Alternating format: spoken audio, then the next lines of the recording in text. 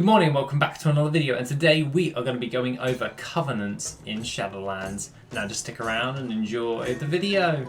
Okay, so covenants. This is something that everyone's going to be talking about for the next start of the expansion, and it's something that I've been thinking about quite a lot recently. Now this is something that I would say it's going to be quite integral to what you're going to be doing as a class, and I just wanted to overview what covenants I will be choosing for all of my different characters that I'll be leveling throughout this expansion and moving forward, and some little side notes that could possibly be pretty good. Now, other than that, let's go over my current setup of what I want to do for Shadowlands. This is going in descending order of characters that I will be leveling as well. So this will be my setup for Shadowlands in order to give you an overview of what I plan on doing for my covenants and my professions and all that jazz, and just to give you guys a rough outline of what to actually expect. Other than that, when it comes towards my first character, everyone knows that I'm going to be maining a rogue within Shadowlands, so obviously my rogue Zathrash, he will be Venthyr. Now this is because he will get considerable amounts of damage increases when it comes towards that, and that's why I've picked Venthyr, and also I've done it because I kind of like Venthyr and I wanted to go with something that I enjoyed or liked the look of, so to speak. I was mainly picking this one out of aesthetic choices. When it comes to all of that, Alchemy / Inscription is going to be his professions of choice, and then moving on will be my Druid Corthana. She will, however, be Night Fae, and this is mainly something that I've been playing around with due to the fact of the herb garden type-esque thing. Now, when it comes towards the Night Fae, on that note, I am seeing something that actually looks quite profitable, and that is the herb garden within the Night Fae.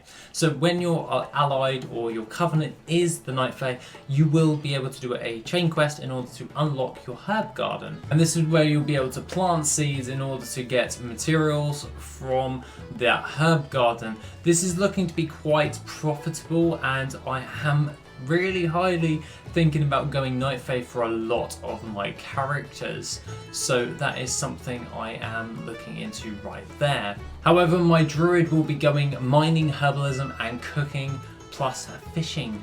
This is because this will be mainly my gathering profession character, along with cooking as well, because she has most of her cooking stuff already set up, so there's no point in reinventing the wheel on another character now, is there?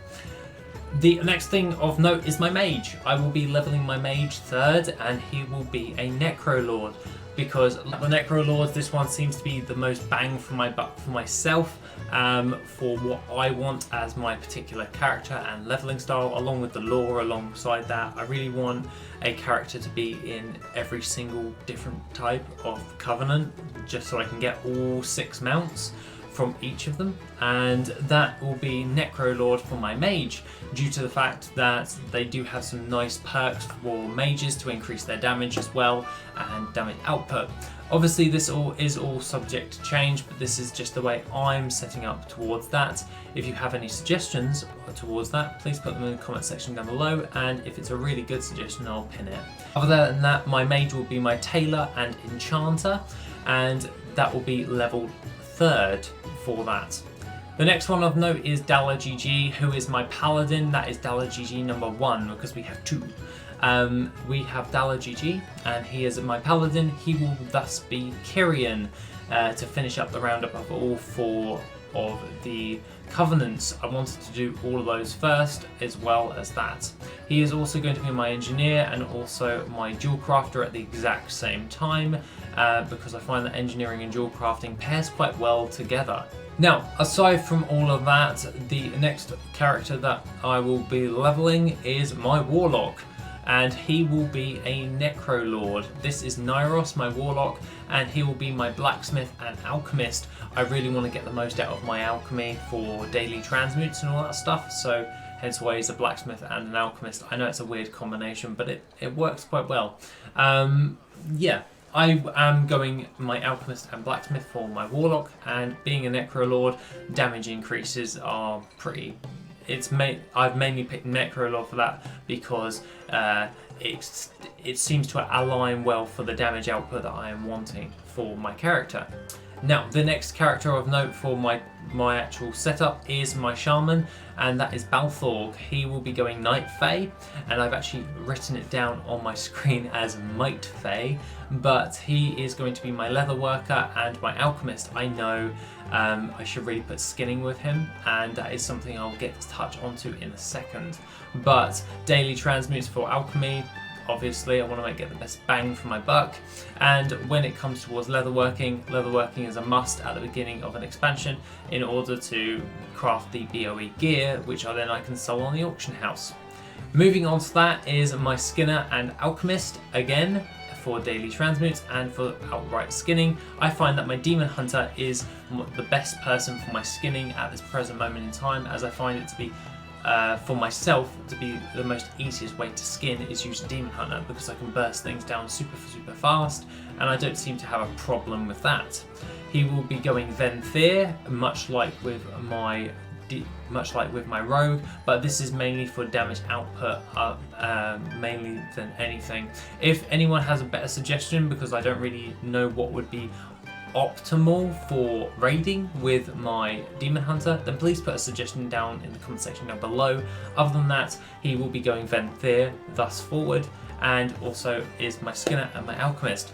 But one thing I have been playing around with is, should I drop Alchemy for my list of characters to level in order to just drop a character for out of the leveling range, because at the moment in time I want to be leveling to reduce the amount of time I've got to level all of my characters with all of the professions, and these last two, Balthorg and Dalla, will be my Skinner and my leather workers, and then they've both got alchemy. Should I drop alchemy with one of them and then just have one character, ideally Dalla, to be Skinner and leather worker, so then I don't have to worry about anything else? I can just pair those two, and then I've got one less character to level as fast as possible to get the max out of my professions, and then have all leveling professions just streamlined. I am considering that, and I probably will move over to that moving forward. The other side note characters are other characters, which are my Death Knight, Nestragosa, and Iranos, my warrior. Nestragosa is going Necrolord, kind of fits the bill with a Death Knight, and she is an alchemist and an engineer. That is for the daily cooldown for the Sky Golem and the daily transmute cooldown for my for alchemy. So those characters are subsidiary characters that will not be leveled as fast. Those ones will be more along the lines of just random playthrough until that happens. Other than that, that is pretty much the same setup for Iranos, who is an alchemist and an engineer, again for the respective cooldowns for that, and he will be going Kyrian because I think it really suits the bill for a warrior to go Kyrian with that, and obviously he'll be going Fury above all else, because I just generally enjoy Fury warrior. Even if it is not viable, I will still be going Fury because I enjoy playing a Fury warrior.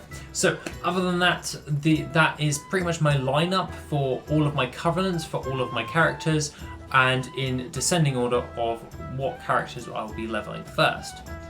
And in order of what characters I'll be leveling first. Obviously I want to have a proper run through with my rogue, and then I'll be leveling all of the characters with all of their professions first, and then working on the professions afterwards, and then doing all of the quests within all of the different types of covenants to get my rep up, and then I can do all of my stuff with all of my professions, so then I can then help everyone else with all of their professions, because I would have done the upfront work with everything to actually do that. And then that actually also aligns well with farming up and getting ahead when it comes towards updating WorthIt with all of the new relevant farms when it comes out.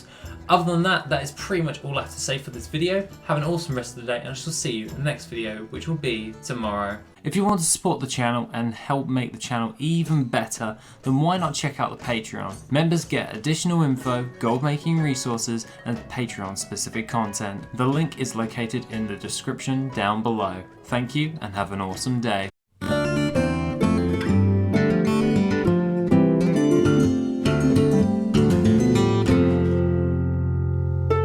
Yeah.